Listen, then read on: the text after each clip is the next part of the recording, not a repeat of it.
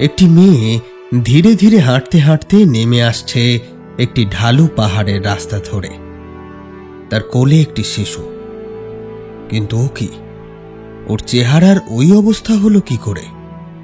দিনের আলোয় সেই মেয়েটির চেহারার মলিনতা এবং ধকল স্পষ্ট। পরনের জামা প্যান্ট ধুলোয় মাখামাখি, জায়গায় জায়গায় ছিঁড়ে গিয়েছে। চুলগুলো আলু থালু হয়ে ছড়িয়ে পড়েছে মুখের সামনে আর ঘাড়ের পাশে। ক্লান্ত বিধ্বস্ত চেহারা।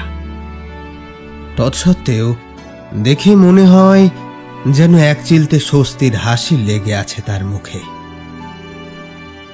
এ যেন অনেক কিছু হারিয়েও শেষ পর্যন্ত জিতে যাওয়ার হাসি।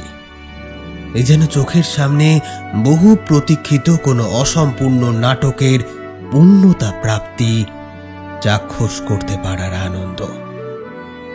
রাস্তা দিয়ে হাঁটতে হাঁটতে একবার কোলে ধরা বাচ্চাটার কপালে আলতো করে একটা চুমু এঁকে দিল মেয়েটি। তারপর নীল আকাশের দিকে তাকিয়ে সাদা সাদা মেঘের দলের মধ্যে কিছু একটা লক্ষ্য করার চেষ্টা করল, কিন্তু খুঁজেও আর দেখতে পেল না। ওরা মনে হয় চলে গিয়েছে চির শান্তির দেশে। মুখে সেই হাসিটা নিয়েই আবারও পথ চলতে থাকল।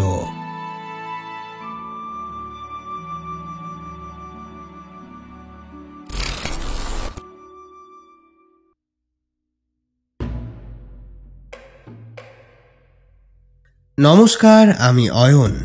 গল্প কথায় আপনাদের সকলকে জানাই আরও একবার স্বাগত। গত সপ্তাহে আমরা আপনাদেরকে শুনিয়েছিলাম বিশেষ একটি গল্প। বর্তমানের স্বনামধন্য লেখক অভীক সরকারের কাহিনী কালিয়া মাসান। আপনারা বেশ কিছুদিন ধরে কমেন্ট সেকশন, মেল কিংবা মেসেজে অভীক সরকারের গল্প শুনতে চেয়েছিলেন, আর আপনাদের সেই চাহিদার কথা মাথায় রেখেই গল্প কথা আপনাদেরকে শুনিয়েছে অভীক সরকারের কাহিনী কালিয়া মাসান। তবে গল্পটি এখনো সেই অর্থে সকলের কাছে পৌঁছায়নি, তাই যারা এখনো শোনেননি তাদের উদ্দেশ্যে বলা, গ্রাম বাংলার এক হাড় হিম করা অভিজ্ঞতার সাক্ষী হতে ডেসক্রিপশন বক্স থেকে লিংক সংগ্রহ করে অভীক সরকারের কাহিনী কালিয়া মাসান অবশ্যই শুনবেন। আজ থেকে গল্প কথায় শুরু হতে চলেছে বিশ্বদীপ সরকার রচিত এক হাড় হিম করা অডিও সিরিজ, সুগন্ধির ঘ্রাণ ধূসর। আজকে আপনাদেরকে শোনাবো এই সিরিজের প্রথম খণ্ড, প্রথম গল্প। নাম পিশাচিনীর গ্রাস। সিরিজের প্রতিটা খণ্ড তথা প্রত্যেকটি গল্পের আলাদা আলাদা নাম হবে, তাই গল্পগুলি পরপর শুনতে গল্প কথার কমিউনিটি সেকশন এবং চ্যানেল পেজে নজর রাখবেন। তাছাড়া কেমন লাগছে সেটা তো কমেন্ট সেকশনে জানাবেনই। ভালো লাগলে লাইক, শেয়ার, সাবস্ক্রাইব করে আমাদের পাশে থাকতে কিন্তু ভুলবেন না। চলুন তবে কথা না বাড়িয়ে শুরু করা যাক বিশ্বদীপ সরকার রচিত সুগন্ধির ঘ্রাণ ধূসর অডিও সিরিজের প্রথম গল্প, পিশাচিনীর গ্রাস।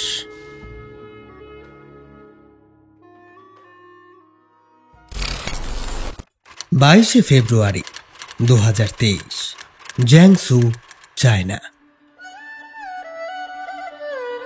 মিং বসে আছে তার 200 বছরেরও বেশি পুরনো পারিবারিক দোকানের একটা চেয়ারে। এত ভোরে এখনো লোকজন আসা শুরু হয়নি। সামনেই টেবিলের উপরে রাখা একটা ধাতব স্ট্যান্ডে আটকানো আছে একটা অদ্ভুত কাচের শিশি, আর সেই কাচেই আলো প্রতিফলিত হয়ে ছড়িয়ে পড়ছে চারিদিকে। মিং আজ ভেতরে ভেতরে খুব উত্তেজিত, তাই অনেক ভোরেই ঘুম ভেঙে গিয়েছে তার। কারণ আজ তার আতরের দোকানের এক বিশেষ আতর, যা কিনা আজ প্রায় 350 বছর ধরে তারা বংশ পরম্পরায় আগলে রেখেছে, আর অপেক্ষা করে আছে এই আজকের দিনটার জন্য। আজ সেই আতর সম্পূর্ণরূপে প্রস্তুত। আসলে কিছু আতর বা সুগন্ধি আছে যেগুলো তৈরি হওয়ার পর বেশ কিছু সময় নেয় নিজের সঠিক গাঢ়ত্ব, বর্ণ আর গন্ধ লাভ করতে। এটিও সেই শ্রেণীর একটি আতর।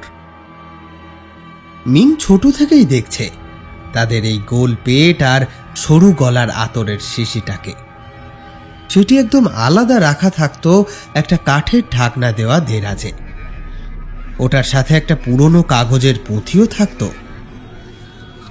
শিশিটার গায়ে হালকা নকশা কারুকাজ করা, মুখটা আটকানো কর্ক দিয়ে, আর তার বাইরে লাল রঙের গালার সিল লাগিয়ে শিশিটাকে সম্পূর্ণ বায়ু নিরুদ্ধ করা, যাতে কোনোভাবেই ভেতরের তরল বাইরে উবে না যায়। এ যাবৎ সে তার বাবার কাছে শুনে এসেছে, মিং, তোমার উপর অনেক দায়িত্ব।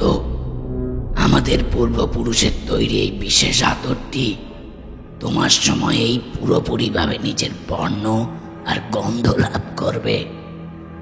ততদিন তোমাকেই রক্ষা করতে হবে এই শিশিটাকে, যেমন এতদিন আমি, আমার বাবা, আমার পূর্বপুরুষরা রক্ষা করে এসেছে।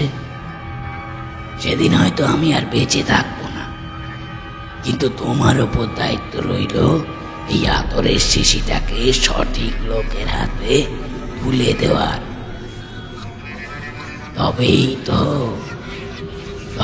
তো আমাদের পূর্বপুরুষের সাথে ঘটে যাওয়া অন্যায়ের বদলা নেওয়া হবে। ছোট্ট মিং তখন বাবাকে জিজ্ঞেস করেছিল, আমাদের পূর্বপুরুষদের সাথে কি অন্যায় হয়েছিল বাবা? কার হাতেই বা এই আতরের শিশিটাকে তুলে দিতে হবে? তাকে চিনব কেমন করে? আর আর ওই যে পুঁথিটা, এতে কি লেখা আছে বাবা? ঠিক সময়ে আমাদের পূর্বপুরুষদের ইতিহাস আমি তোমাকে জানাবো। এই পুঁথিতে কি লেখা আছে তখন সেটাও জানতে পারবে তুমি। আর এই আতরের শিশিটা যাকে দেবে, তোমাকে তাকে খুঁজে নিতে হবে না।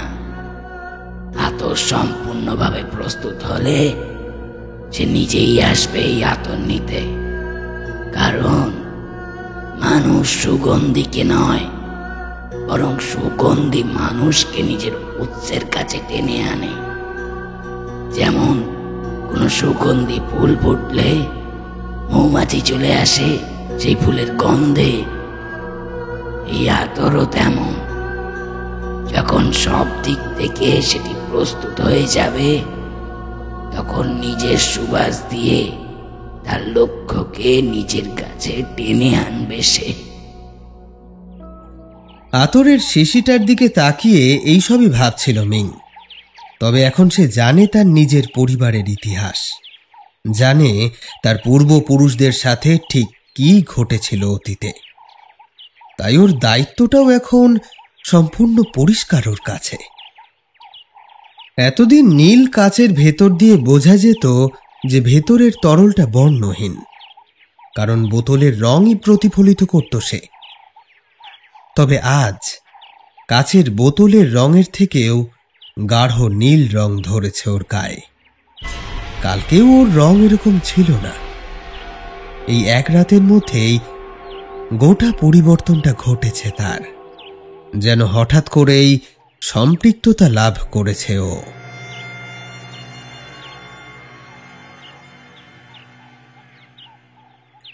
এখন আপনাদের মনে প্রশ্ন জাগতেই পারে যে একটা বস্তুর জন্য তার, সে, ও এই শব্দগুলো কেন ব্যবহার করা হচ্ছে। এর কারণ আছে অবশ্য। মিংয়ের বাবা বলতেন এই আতরের প্রাণ আছে, সেটি নাকি জীবন্ত, শুধু ঘুমিয়ে আছে গভীর ঘুমে। ঠিক সময় এলেই জেগে উঠবে সে আর ছড়িয়ে দেবে সুগন্ধ। মিং এবার আতরের শিশিটার মুখ থেকে খুব সাবধানে গালার সিলটা ভাঙে, তারপর আস্তে করে কর্কের ছিপিটা খুলে দেয়।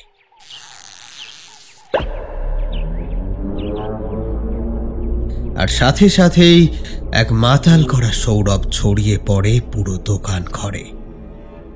তারপর খোলা জানলা দিয়ে বেরিয়ে দোকানের গণ্ডি পেরিয়ে সেই সুবাস বাতাসে ভর করে উড়ে যায় তার লক্ষ্যকে খুঁজে বার করার উদ্দেশ্যে।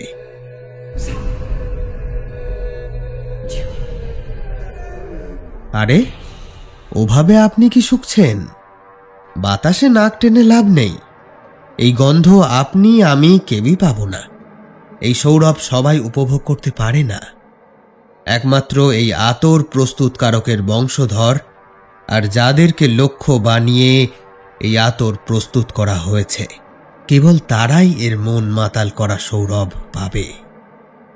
এই গন্ধ সবাই উপভোগ করতে পারে না কেন জানেন? কারণ এ কোনো সাধারণ গন্ধ নয়, এ হলো তন্ত্র সৌরভ।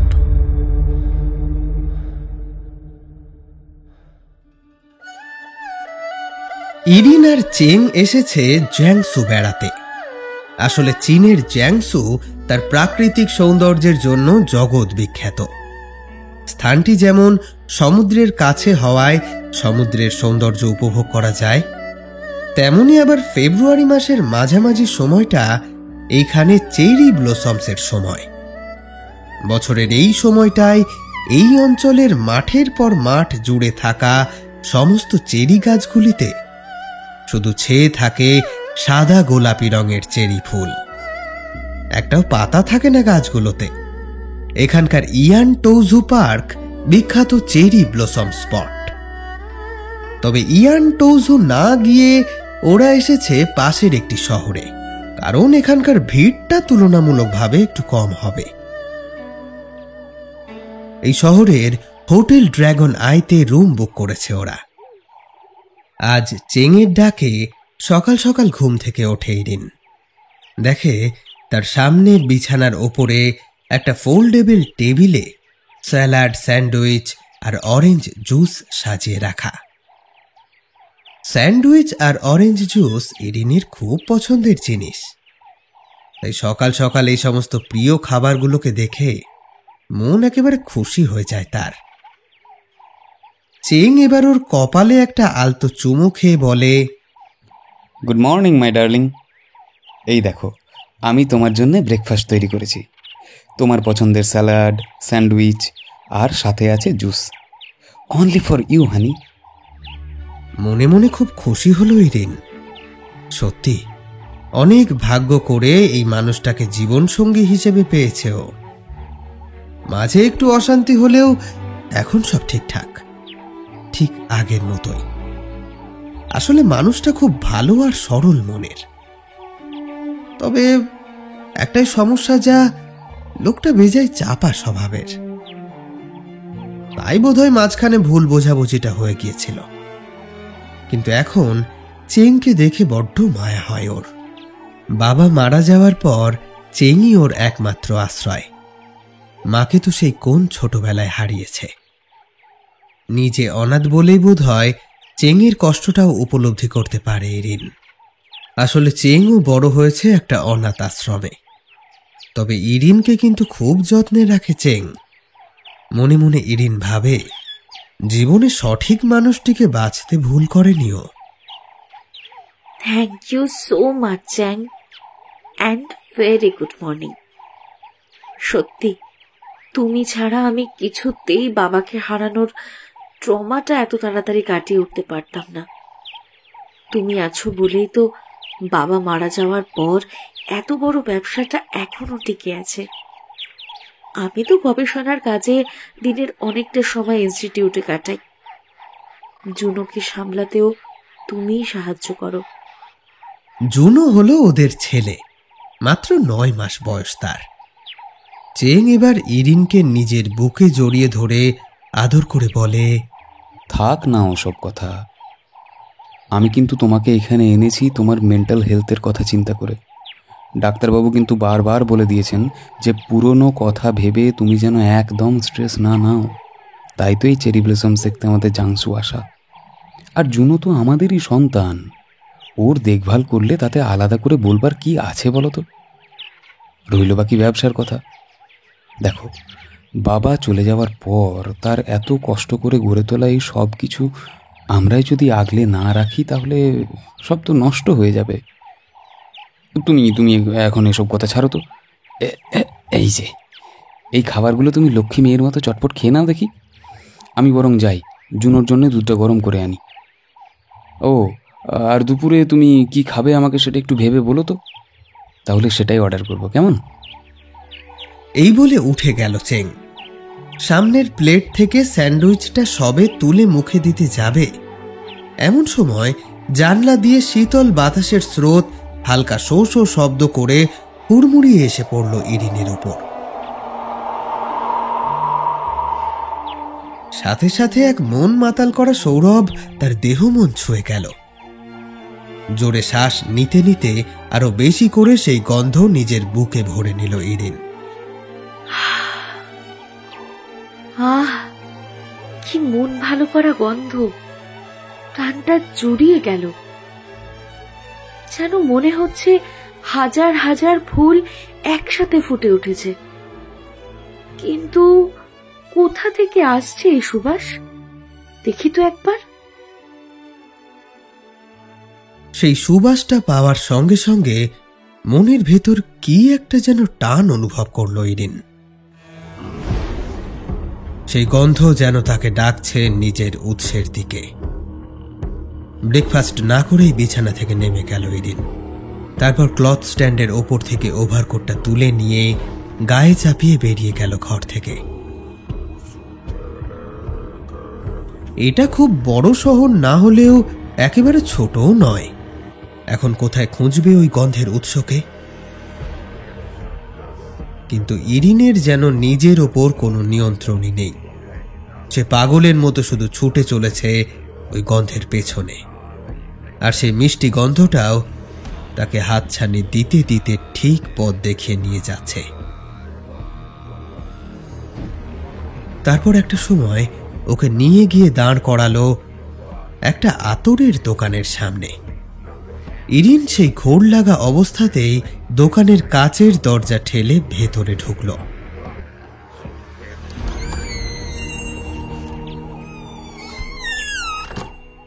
এদিকে সেই ভোরবেলা থেকে একভাবে বসে বসে একটু চোখ লেগে গিয়েছিল মিংয়ের। হঠাৎ দরজায় আটকানো ঘণ্টাটার টুংটাং আওয়াজে চটকা ভেঙে গেল ওর। সামনে তাকিয়ে দেখল ওভারকোট গায়ে এক অল্প বয়সী মহিলা দোকানের দরজা ঠেলে ভেতরে ঢুকে আসছে। কিন্তু সে যেন স্বাভাবিক নয়, কেমন মন্ত্রমুগ্ধের মতো হেঁটে আসছে। দোকানে ঢুকে আচমকাই সম্বিত ফিরে পায় ইরিন। চারপাশে তাকিয়ে সে দেখে একটা বড় পুরনো আতরের দোকানে দাঁড়িয়ে আছে সে। ঘরের পাশাপাশি দুটি দেওয়ালে কাচের আবরণ দেওয়া, যাতে বাইরে থেকে দোকানটার ভেতরটা দেখা যায়।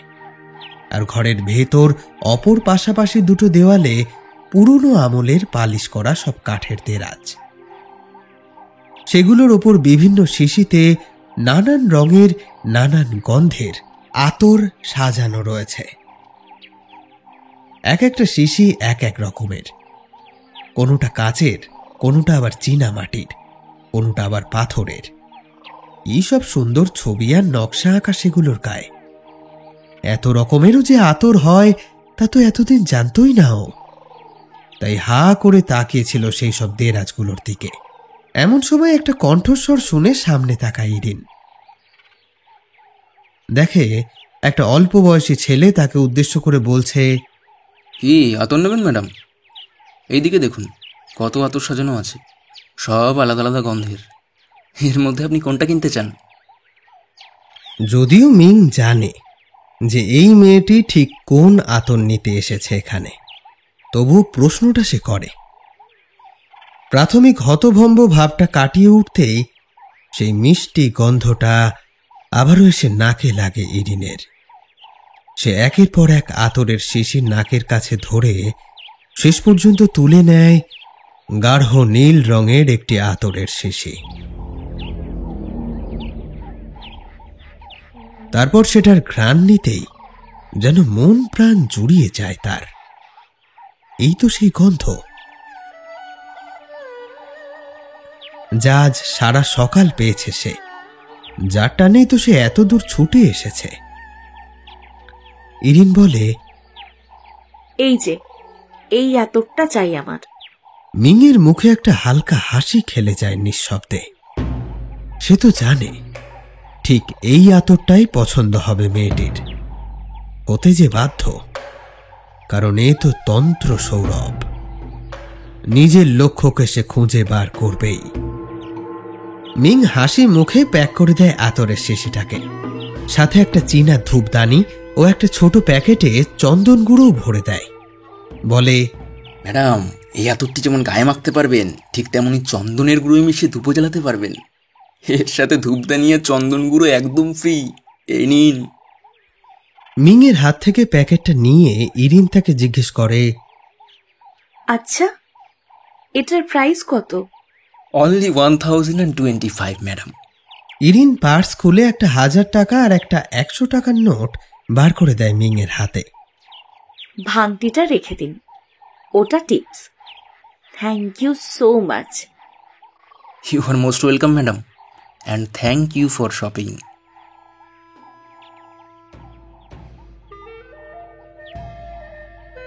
হাতে প্যাকেটটা নিয়ে দোকান থেকে বেরিয়ে এলো ইরিন। সেখান থেকে একটু এগিয়ে এসে সে ভাবতে লাগলো, আজ এসব কি হচ্ছে তার সাথে? এই অচেনা শহরে কি করে সে এই দোকান অবধি এলো? কে তাকে নিয়ে এলো? কিছুই তো বুঝে উঠতে পারছে না ও। এসে তো পড়েছে, এখন হোটেলে ফিরবে কি করে? সে তো এই শহরের রাস্তাঘাট কিছুই চেনে না। না, কোনো গাড়িকেই হোটেলের ঠিকানা বলে তারপর ফিরতে হবে, এছাড়া অন্য কোনো উপায় নেই। তাও কি ভাগ্যিস পার্টসটা ওভারকোটের পকেটেই রাখা ছিল, না হলে যে কি হতো কে জানে। তবে সে যাই হোক, আজ এই পারফিউম আর ধূপদানিটা পেয়ে বেজায় খুশি সে। হঠাৎ তার খেয়াল হলো, চেং তো তাকে ব্রেকফাস্ট দিয়েছিল, সেটা না খেয়ে বেরিয়ে এসেছে। উফ, এখন চেং যে কি ভাববে কে জানে। এতক্ষণ তাকে না দেখে নিশ্চয়ই খোঁজাখুঁজি শুরু করে দিয়েছে। তাই আর কিছু না ভেবে এবার হাত দেখিয়ে ট্যাক্সি ডাকলো ইরিন। ট্যাক্সি! হোটেল ড্রাগন আইতে যাব, তারা আছে, একটু তাড়াতাড়ি চলুন প্লিজ। এই বলে ট্যাক্সিটায় উঠে পড়ল সে।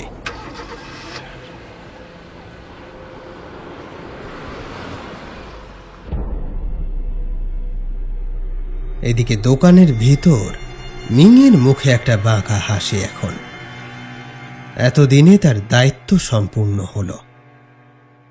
মেয়েটা আবার টাকাও দিয়ে গেছে ওকে, ভেবেই হাসি পেল মিংয়ের। আগে তো নিজে বাঁচুক, তারপর না হয় টাকা।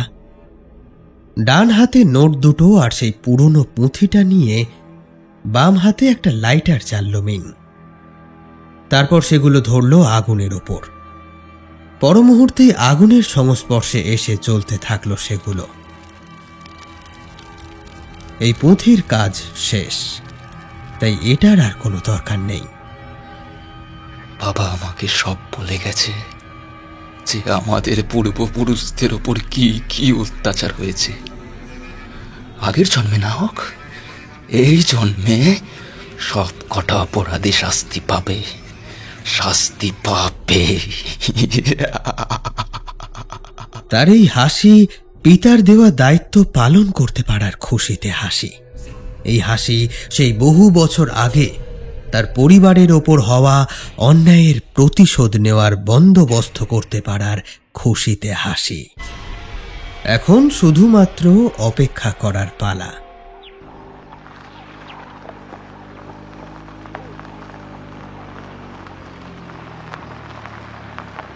ইরিন যখন ট্যাক্সি থেকে হোটেলের সামনে নামলো, সে দেখতে পেল চেং তাদের ছেলেকে কোলে নিয়ে হোটেলের কম্পাউন্ডের এদিক ওদিক ঘুরে ঘুরে সবাইকে ইরিনের কথায় জিজ্ঞাসা করছে। খুব চিন্তিত দেখাচ্ছে তাকে। নিজের এই বেখেয়ালিপনার জন্য মনে মনে খুব লজ্জিত হলো ইরিন। সে তাড়াতাড়ি গিয়ে পিছন থেকে একটা হাত রাখলো চেংয়ের কাঁধে। পিছনে ঘুরে ইরিনকে দেখে চেংয়ের মুখে একটা আনন্দ মিশ্রিত স্বস্তির ছাপ ফুটে উঠল, কিন্তু পরক্ষণেই ক্ষুব্ধ হয়ে বলল, তুমি কিছু না বলে কোথায় চলে গিয়েছিলে? ব্রেকফাস্ট পড়ে আছে বিছানার উপর, তুমি এসব কি শুরু করেছো বলো তো? তুমি কি মানুষকে একটু শান্তিও দেবে না? আসলে আমি একটু বাইরেটা ঘুরে দেখতে। চুপ, একদম চুপ। তুমি জানো আমি তোমাকে নিয়ে কতটা চিন্তায় থাকি, আর তুমি এভাবে। গলা ধরে আসে চেঙের। জুনুকে কোলে নিয়ে মাথা নিচু করে দাঁড়িয়ে থাকে সে। ইরিন এবার নিজের হাত দিয়ে চেঙের মুখটা তুলে দেখে ওর চোখের কোণে জল চিকচিক করছে। বেচারা ছেলেটা খুব ভয় পেয়ে গিয়েছে। ইরিন বলে, আই এম ভেরি সরি চ্যাং, আর কোনো দিন এরকম করব না। এই তো আমি তোমার সামনে দাঁড়িয়ে আছি। আচ্ছা বেশ, ভেতরে চলো, লাঞ্চের সময় হয়ে গেছে, খাবারটা খেয়ে নাও। সকাল থেকে না খেয়ে আছো, এবার শরীরটা খারাপ করবে। তারপর জুনুকে কোলে নিয়ে হোটেলের ভেতরে চলে যায় ওরা।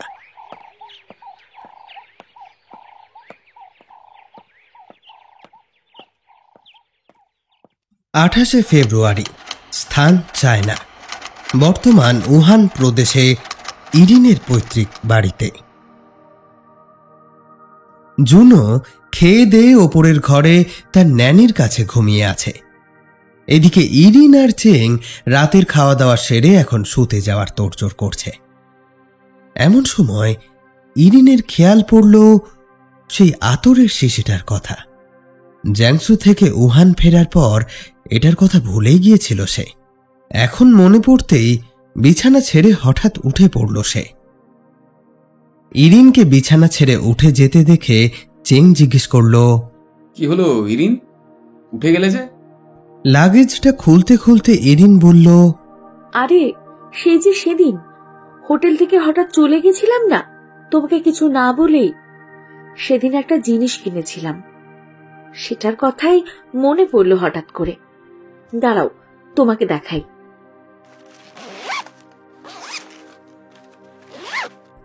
এই বলে ইরিন হাতে করে সেই নীল রঙের কাচের শিশি আর ধূপদানিটা চিংকে দেখালো। চিং বেশ অবাক হলো। এগুলো কি? এটা আতর, খুব সুন্দর গন্ধ, ওই দিনই কিনেছিলাম। তা তুমি রাতের বেলায় এই আতর নিয়ে কি করবে? সেজে গুজে আতর মেখে ঘুমোতে যাবে নাকি? আরে না না, এই দেখো, এটার সাথে এই চন্দনের গুঁড়ো আর এই ধূপদানিটাও দিয়েছে দোকান থেকে। এই আতরটা এই চন্দনের গুঁড়োর সাথে মিশিয়েও জ্বালানো যায়। শুনেছি ধূপ জ্বালিয়ে শুলে সুন্দর গন্ধে ঘুম তাড়াতাড়ি আসে। চিং আর বেশি কিছু বলল না, শুয়ে পড়ল পাশ ফিরে। ইরিন সেই চ্যাপটা ধূপদানিটাতে কিছুটা চন্দনের গুঁড়ো ঢালল। তারপর আতরের শিশি থেকে বেশ কয়েক ফোঁটা আতর ফেলে দিল তাতে। তারপর ভালো করে মিশিয়ে আগুন জ্বালিয়ে দিল। কিছুক্ষণের মধ্যেই সারা ঘরে ছড়িয়ে পড়ল এক পরিচিত মন মাতাল করা সুগন্ধ। ধূপদানির ছিদ্রযুক্ত ঢাকনাটাকে চাপিয়ে দিয়ে ঘরের মাঝে থাকা টেবিলের ওপর ধূপদানিটা রেখে দিল।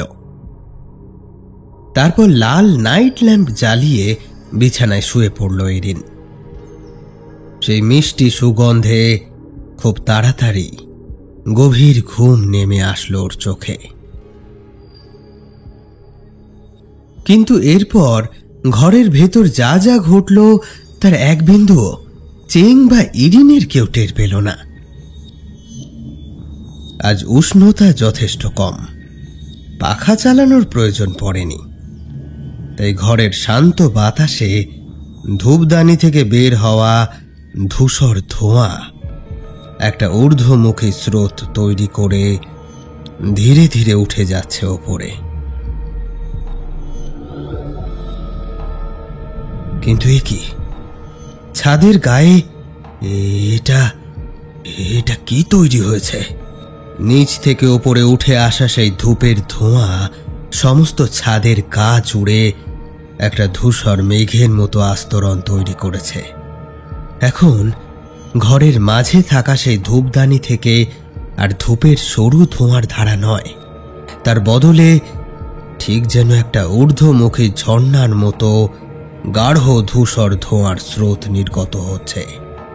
আর তারপরেই মিশে যাচ্ছে ছাদের গায়ে তৈরি হওয়া সেই মেঘের আস্তরণের মধ্যে।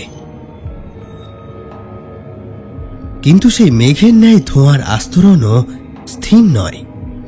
ধোঁয়ার স্রোতটা নিচ থেকে উঠে ওপরে যেখানে মিশেছে, ছাদের গায়ে ভাসতে থাকা সেই মেঘের ন্যায় ধোঁয়ার আস্তরণও ঠিক সেই জায়গাটাকে কেন্দ্র করে ধীরে ধীরে ঘুরপাক খাচ্ছে। ঘরের লালচে আলো সেই ধোঁয়ায় লেগে এক অদ্ভুত পরিবেশ সৃষ্টি করেছে ঘরের ভেতর। এমন সময় ঘরের ভেতরের সবকিছু কাঁপতে শুরু করলো। মেঝের উপর চটচট শব্দে ফাটল দেখা দিল। সেখান থেকে গলগল করে বেরিয়ে আসতে থাকলো ধূসর কুয়াশার কুণ্ডলী। যেন নরক থেকে সরাসরি বাইরে উঠে আসছে সেই কুয়াশা। কিন্তু এত কিছু সত্ত্বেও ইরিন আর চেঙের ঘুম ভাঙল না। মরণ ঘুমে আচ্ছন্ন হয়ে আছে যেন ওরা।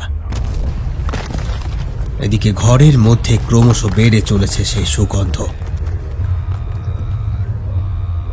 একটা সময় হঠাৎ সবকিছুকে ছাপিয়ে শোষ শব্দ শোনা যেতে লাগলো।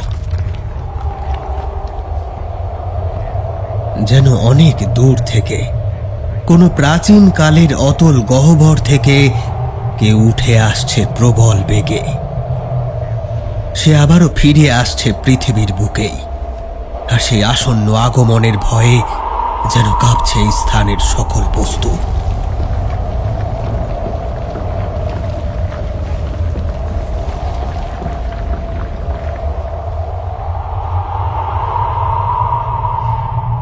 একসময় সেই অপেক্ষার অবসান হলো। ছাদের গায়ে তৈরি হওয়া সেই ধোঁয়ার কুণ্ডলী এবার গোলাকার একটা আকৃতি তৈরি করলো ঘরের ভেতর।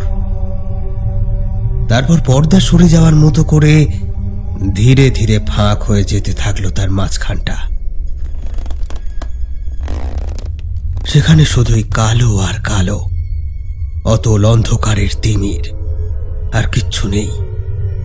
হঠাৎ দেখলে মনে হয় যেন চোখ অন্ধ হয়ে গিয়েছে, কিন্তু না, সেই অতল অন্ধকার গহ্বর থেকে এবার গায়ে ধূসর কুয়াশার চাদর মুড়ে বেরিয়ে আসতে লাগলো এক বিভৎস নারী মূর্তি।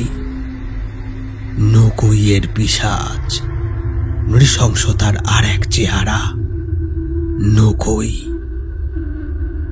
এই বিশেষ শ্রেণীর পিশাচের পরিচয় পাওয়া যায় তার নৃশংসতায়, তার প্রতিশোধ স্পৃহায়। সে কেবল নিজের শিকারকে মেরেই ক্ষান্ত হয় না, এমনকি মৃত্যুর পরও তাদের আত্মাকে নিজের কাছে বন্দী করে রাখে।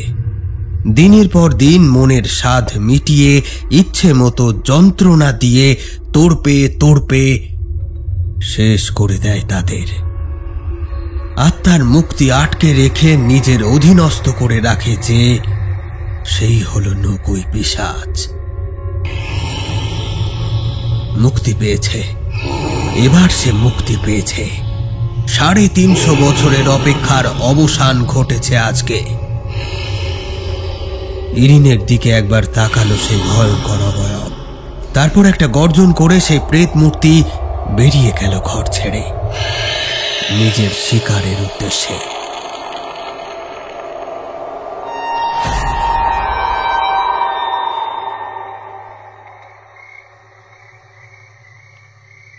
রাত হয়েছে।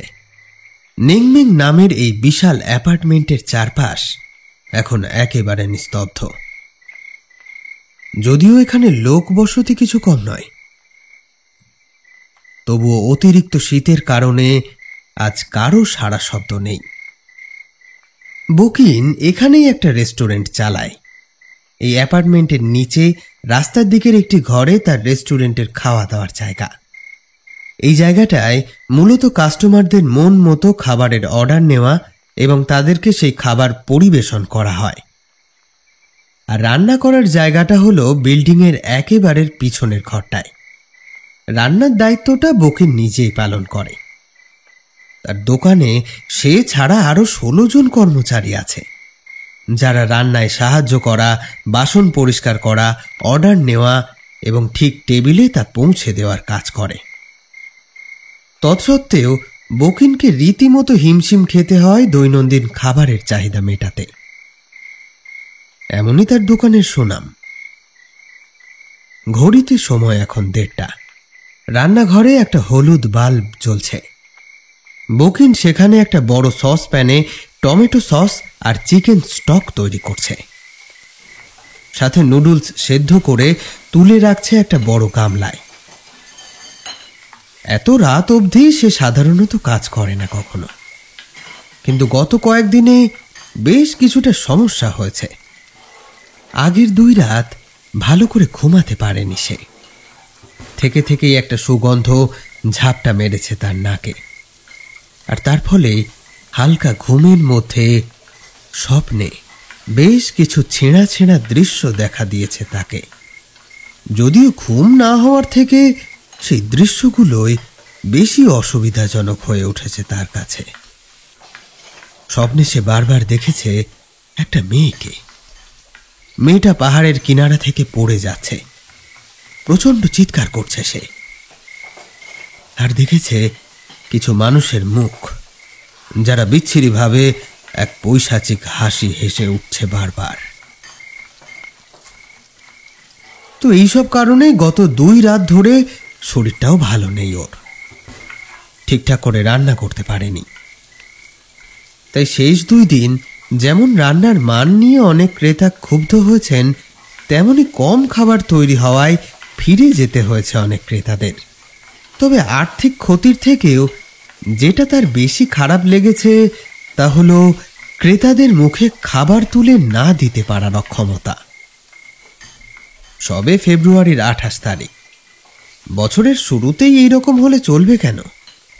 তাই আজ সে ঠিক করেছে যত রাতই হোক না কেন রান্নার অর্ধেক কাজ সে এগিয়ে রেখে তবে বাড়ি যাবে, যাতে কালকে কোনো রকম অসুবিধা না হয়।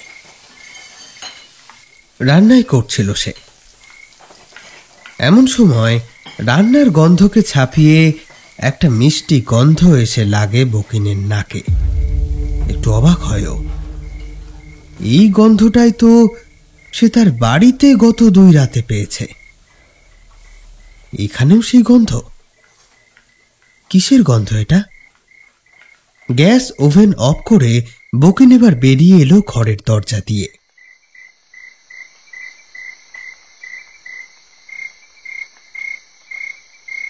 নিঝুম শীতের রাতে চারিদিক নিস্তব্ধ। করিডোরের ওপরে ছোট ছোট আলোগুলো জ্বলছে বেশ দূরে দূরে। মাঝখানে মাঝখানে কিছু লাইট আবার খারাপও হয়ে গিয়েছে। গন্ধটা আবার এলো তার নাকে। এবার সেই গন্ধ অনুসরণ করতে করতে একটু এগিয়ে গেল বকিন। খানিকক্ষণ পর সে যেখানে গিয়ে থামল সেদিকে তাকিয়ে স্তম্ভিত হয়ে গেল। ওর সামনে দিয়ে একটা সিঁড়ি 7-8 ধাপ নিচে নেমে গিয়ে অদৃশ্য হয়ে গিয়েছে অন্ধকারের অতলে। তার শেষ যে কোথায় তা সেইখানে দাঁড়িয়ে কিছুতেই বোঝা যাচ্ছে না। সিঁড়ির বাম দিকের দেওয়ালে একটা সাইনবোর্ডে লেখা রয়েছে ওয়ে টু দ্য বেসমেন্ট। বেজায় আশ্চর্য হয় বকিন। কি করে সম্ভব? আজ প্রায় 30 বছর হলো বেসমেন্ট বন্ধ। সেই সেবার এক বিষাক্ত গ্যাসের কারণে বেশ কিছু শ্রমিক মারা পড়েছিল এখানে। তারপর থেকে সিল্ড হয়ে পড়ে রয়েছে জায়গাটা। এমন সুগন্ধ সেখান থেকে কিভাবে আসতে পারে? কিন্তু বকিন কি আর জানে, সুগন্ধির ঘ্রাণ ধূসর, আসছে নরক দোসর। সে ছিঁড়বে মাথার চুল, তার মনে বিষের হুল।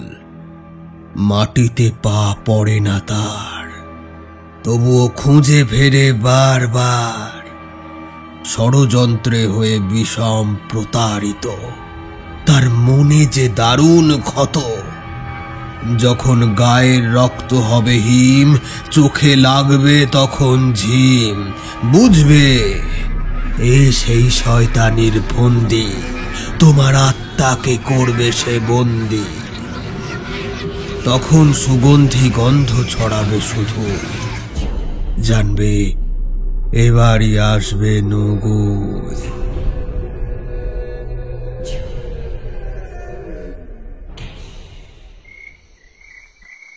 বকিন এবার ফিরে যাওয়ার জন্য পেছন ফিরল, আর সাথে সাথেই সেই নিচে নেমে যাওয়ার সিঁড়ির অন্ধকার থেকে একটা ফ্যাকাশে হয়ে যাওয়া ধূসর হাত বেরিয়ে আসলো।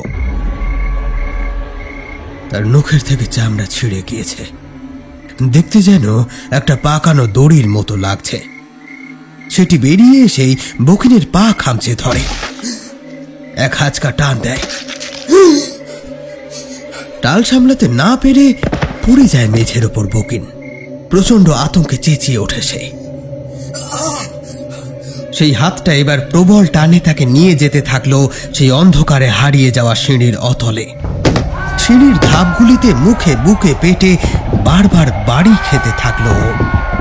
এভাবে পড়তে পড়তে একসময় যখন শেষ দৃশ্যমান ধাপটার কাছে পৌঁছালো, বকিন তখন দেহের সমস্ত শক্তি একত্রিত করে সেই ভাঙা কাঠের ধাপটা প্রাণপণে আঁকড়ে ধরল। ভয় বুকের ভেতর অস্বাভাবিক রকম ধুকপুক করছে ওর। একবার সামনে ওপরের দিকে তাকালো,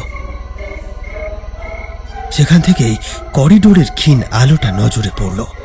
এবার সে একবার তাকালো নিচের দিকে, সেখানে কালো অতল গহ্বর হাঁ করে রয়েছে তাকে গেলার জন্য।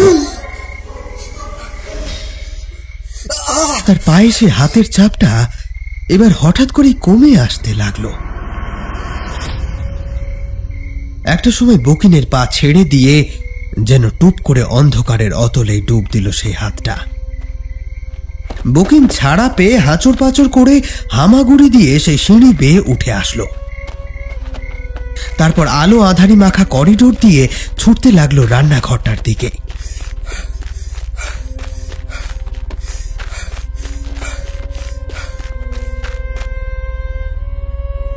এদিকে বকিন সেই সিঁড়ি থেকে বেরিয়ে আসতেই একটা ধূসর কুয়াশার কুণ্ডলী সেই অন্ধকার থেকে বেরিয়ে আসলো ধীরে ধীরে। আস্তে আস্তে করিডোরের ওপরে এসে জড়ো হলো সেই কুণ্ডলীটা। তারপর তার মধ্যে জ্বলে উঠল দুটি রক্ত লাল চোখ। এদিকে বকিন তখন রান্নাঘরের দরজা বন্ধ করে দিয়ে হাঁপাচ্ছে প্রবল ভাবে।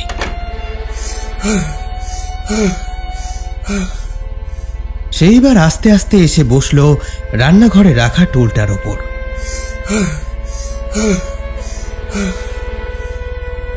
একটা কাচের গ্লাসে জল ঢেলে খেতে লাগলো ঢকঢক করে।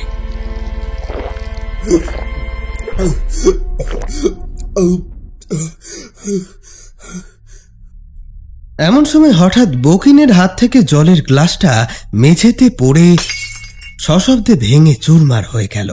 আর সেই সাথে সে দেখল দরজার তলার ফাঁক দিয়ে এক ধূসর কুয়াশার কুণ্ডলী ঘরে এসে ঢুকছে। সেই কুণ্ডলীর মধ্যে এবার ফুটে উঠল একটা মেয়ের মাথা, একটা চীনা মেয়ে, ধূসর পাংশু মুখ। তার গলার ডান পাশ থেকে বাম পাশে গেঁথে আছে একটা চুলের কাঁটা, আর সেই কাঁটাটার বেরিয়ে থাকা তীক্ষ্ণ অংশটি থেকে টপ টপ করে ঝরে পড়ছে লাল রক্তের বিন্দু। এবার শোনা গেল একটা পৈশাচিক নারী কণ্ঠ, আমাকে চিনতে পারছিস? বকিন সেই মুখ দেখে কেমন একটা হয়ে গিয়েছে যেন। মুহূর্তে চোখের সামনে ভেসে উঠেছে কিছু দৃশ্য, তার স্বপ্নে দেখা সেই দৃশ্য। তবে আজ তা একেবারে স্পষ্ট। তার সাথে অবশ্য আরো কিছু দৃশ্য জুড়ে গিয়েছে। একটি ঘরের ভেতর চারিদিকে ছড়িয়ে ছিটিয়ে আছে অনেক স্বর্ণ মুদ্রা আর ধনরত্ন। দেখে মনে হয় কোনো পুরনো কোষাগার, ঠিক যেমন প্রাচীন কালের রাজাদের থাকতো বলে শোনা যায়। সে আরো দেখল একটা লোক দুই হাত দিয়ে পাগলের মতো সেই সব স্বর্ণ মুদ্রা একবার তুলছে, পরক্ষণে আবার ফেলছে, আবার তুলছে, আবার ফেলছে। যেন খেলা করছে সেগুলো নিয়ে। চোখে তার লোভাতুর দৃষ্টি চকচক করে উঠছে, আর সেই ব্যক্তির মুখের সাথে অবিকল নিজের মুখের মিল পেল বকিন। আর সেই মুহূর্তে সে উপলব্ধি করতে পারল তার পূর্ব জন্মের পরিচয়।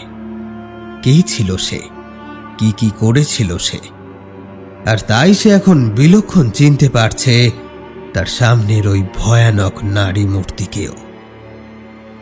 সবকিছু বুঝে ওঠার সাথে সাথেই তার মুখটা ফ্যাকাশে হয়ে গেল ভয়। পূর্ব জন্মে নিজের সাথে হওয়া অন্যায়ের প্রতিশোধ নিতে ফিরে এসেছে এই নারী। বকিন এবার ভয়ার্ত কণ্ঠে বলল, রানীমা, রানীমা, আমাকে মাফ করে দিন, আমাকে মাফ করে দিন রানীমা, আমাকে মুক্তি দিন। মুক্তি দেব তো, তোকে মুক্তি দিতেই তো এসেছি আমি। এই নে মুক্তি, মুক্তি নে। এই কথার সাথে সাথে সেই গ্যাস ওভেনে থাকা সদ্য প্রস্তুত গরম চিকেন স্টকের বড় সসপ্যানটা ছিটকে এসে উপুড় হয়ে পড়ল বকিনের গায়ে। সারা গায়ে আর চোখে মুখে লেগে গেল নুন মশলা মেশানো গরম চিকেন স্টক। ফুটন্ত ঝোলের ছ্যাঁকায় জ্বলে উঠল বকিনের সারা গা। চামড়া ঝলসে লাল হয়ে গেল তার। এবার টমেটো সসের সসপ্যানটাও ছিটকে এসে উপুড় হয়ে পড়ল তার উপর। উল্টো দিকে থাকা নারী মূর্তি কিন্তু হেসে উঠল। কষ্ট হচ্ছে, কষ্ট হচ্ছে, কষ্ট এতদিন আমিও পেয়েছি। আজ দেখ মৃত্যু কতটা যন্ত্রণাদায়ক হয়, দেখ। এবার এক অদৃশ্য হাত নামিয়ে আনলো সেদ্ধ করে রাখা নুডলসের গামলাটা। সেই হাতটাই মুঠো মুঠো করে নুডলস ঠুসে দিতে থাকলো বকিনের মুখে।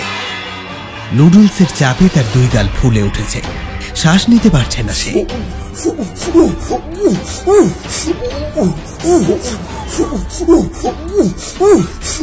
গলায় ঢুকে যাওয়া নুডলসগুলো কাশির দমকে শ্বাসনালী হয়ে ওর নাক দিয়ে বেরিয়ে আসতে লাগলো।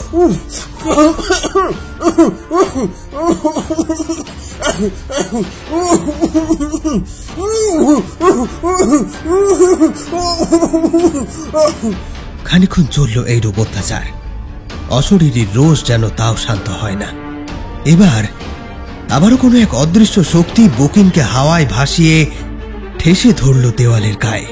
মাটি থেকে এতটা ওপরে উঠে তার শরীরটা ছটফট করতে থাকলো।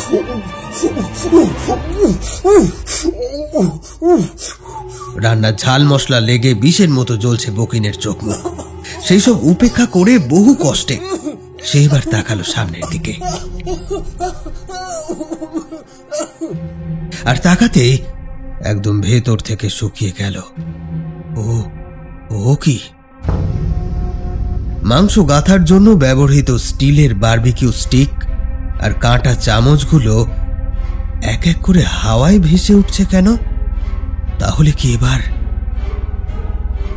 এবার হাওয়ায় ভাসমান কাঁটা চামচ আর 19-20টা স্টিকের সূচালো মাথাগুলো ঘুরে গেল বকিনের দিকে। তারপর মুহূর্তের ভগ্নাংশে একের পর এক তীরের মতো ছুটে এসে বকিনের শরীর ফুঁড়ে বিঁধে যেতে থাকলো দেওয়ালের সাথে।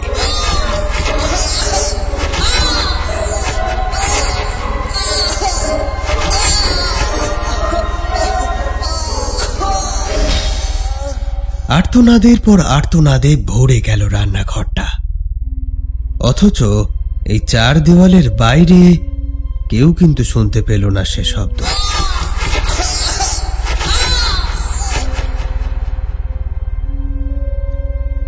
একসময় ধীরে ধীরে অবসন্ন হয়ে এলো বকিনের দেহটা। এবার শেষ আঘাত হানার পালা। সেই নারী কণ্ঠ বলে উঠল, এবার তোকে মুক্তি দেওয়ার সময় এসে গেছে। অবসন্ন চোখে বকিন এবার দেখল টেবিলের ওপর থেকে একটা তীক্ষ্ণ ধারালো ছুরি ভেসে উঠল হাওয়ায়। তারপর ধেয়ে এলো তার মাথা লক্ষ্য করে। আতঙ্কে চোখ বুজে নিল বকিন। কিছুক্ষণ কেটে গেল, কই কিছু অনুভূত হচ্ছে না তো, কোনো ব্যথা লাগছে না তো।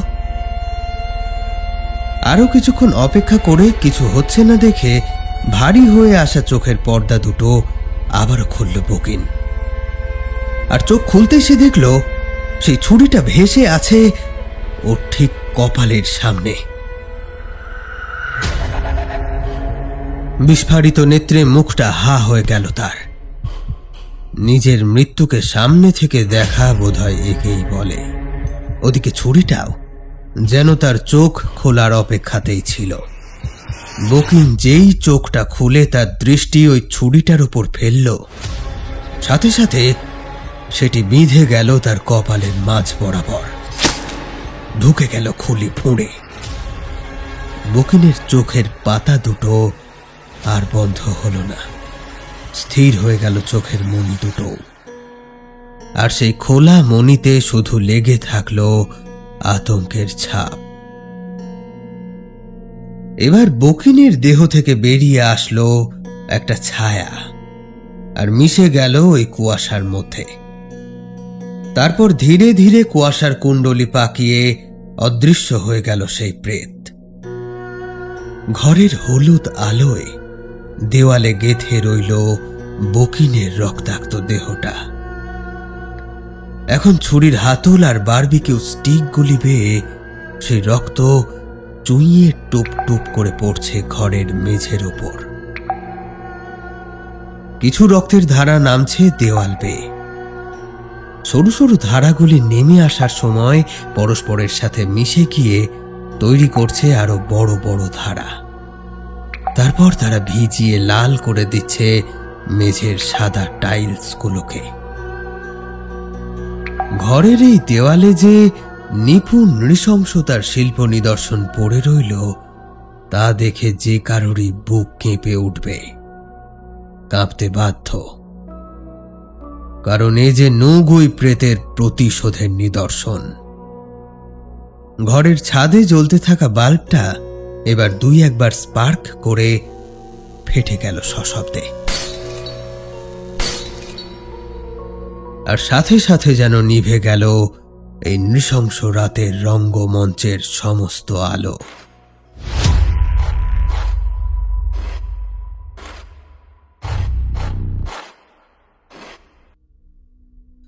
ঘুমের মধ্যে ইরিনের কেবলই মনে হচ্ছে কেউ যেন ওর পা ধরে টানছে বারবার, যেন কেউ ওকে জাগানোর চেষ্টা করছে। ও ভাবল চেং বোধহয় ডাকছে। শেষে না পেরে বিরক্ত হয়ে ইরিন উঠে পড়ল বিছানার উপর। চোখ কচলাতে কচলাতে বলল, কি হলো কি? এরকম করে বিরক্ত করছো কেন? কটা বাজে এখন? কিন্তু চোখ খুলেই যেটা দেখল ইরিন, তারপর তার মুখ থেকে আর কথা সরল না। আতঙ্কে পেটের কাঁচটা ফাঁকা হয়ে গেল ওর। ও দেখল ও একা বিছানায়, পাশে চেং নেই। একটা কালচে লিগলিকে মানুষের মতো অবয়ব ওর পায়ের কাছে বিছানার উপর বসে আছে। আর ওই অবয়বটাই একটা হাত দিয়ে ওর পায়ের পাতাটা চেপে ধরে রেখেছে। সেই অবয়বের চোখ মুখের জায়গায় শুধু কতগুলি গহ্বর। ইরিন একটা চিৎকার করে এক ঝটকায় পা সরিয়ে নিতেই যাবে, কিন্তু পারে না। তার ডান পাটা চেপে ধরে সেই অবয়ব মুখ দিয়ে একটা গো গো আওয়াজ করছে।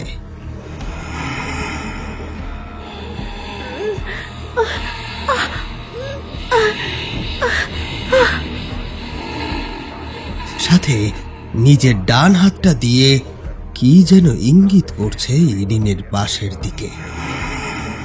এদিকে ইরিন বিছানায় পড়ে আধশোয়া অবস্থাতেই ছটফট করছে সেই কালো ছায়ার মতো অবয়বের হাত থেকে ছাড়া পেতে।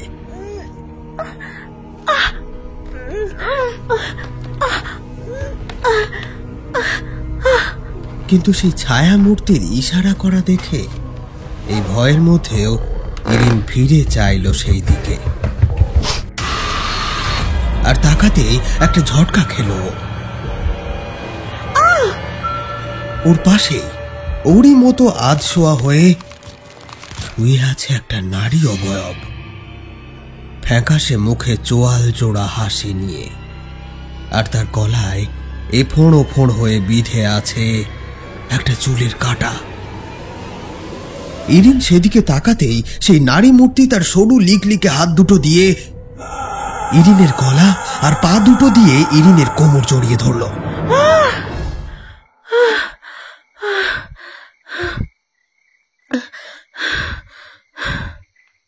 ততক্ষণে তার পাশে শুয়ে থাকা চেং ধর্মড় করে উঠে বসেছে।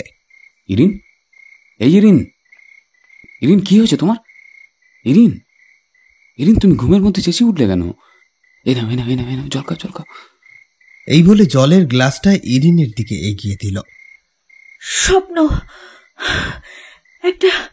একটা খুব বাজে স্বপ্ন দেখলাম চ্যাং। উফ, কি ভয়ানক স্বপ্ন? তুমি কাল রাতের ওষুধটা খেয়েছিলে? না, মনে হয় খেয়াল ছিল না। দেখেছো কেন আমার রাগটা হয়? চলো ওঠো, এখন 7টা বাজে, আর শুয়ে লাভ নেই, ওঠো। উফ, এখন না চ্যাং, আর একটু শুয়ে নি প্লিজ। না, এক্ষুনি ওঠো, চলো। চেং ইরিনকে ঠেলতে ঠেলতে নিয়ে গেল ওয়াশরুমে। ইরিন ওয়াশরুম থেকে বেরোলে ব্রাশে পেস্ট লাগিয়ে ওকে দাঁত ব্রাশ করিয়ে দিতে লাগল। তারপর চোখ মুখ পরিষ্কার করিয়ে ডাইনিং রুমে নিয়ে গেল। সেখানে টেবিলের উপর দুটো বাটিতে গরম দুধে কর্নফ্লেক্স ভিজিয়ে রাখা আছে। এসবের ফাঁকে ইরিন একবার চাইল চেংয়ের দিকে। সত্যি এতটাও কেউ ভালোবাসতে পারে কাউকে? আরে এমন করে কি দেখছো? নাও, এটা খেয়ে নাও। আমি বরং নিউজটা চালাই, খবর দেখতে দেখতে ব্রেকফাস্টটা করা যাবে, কি বলো?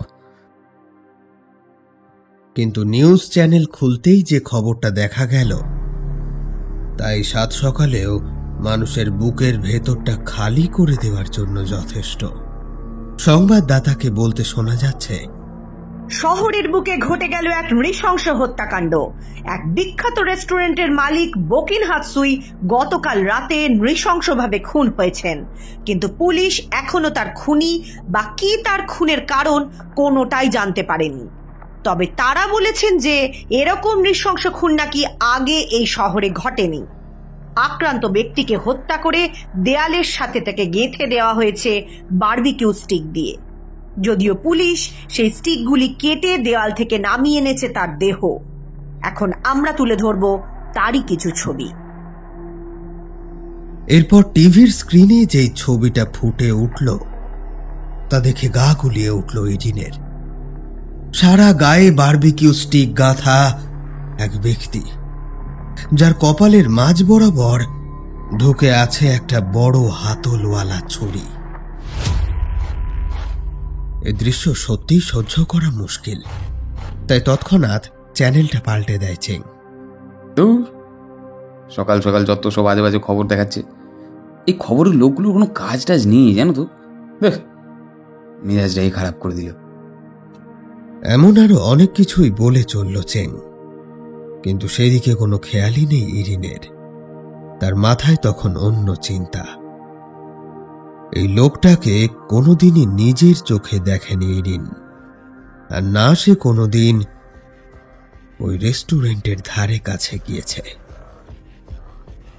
তাছাড়া রক্তে মাখামাখি ওই মুখটা খুব পরিষ্কারভাবে বোঝা না গেলেও ইরিনের কেমন যেন চেনা চেনা লাগছে। লোকটার মুখের আদলটা যেন বহু দিনের পরিচিত। তবে কিছুতেই মনে করে উঠতে পারছে না ইরিন লোকটাকে কোথায় যে সে দেখেছে। কি আপনারা জানেন নাকি ইরিন কখন দেখেছে বোকিনকে?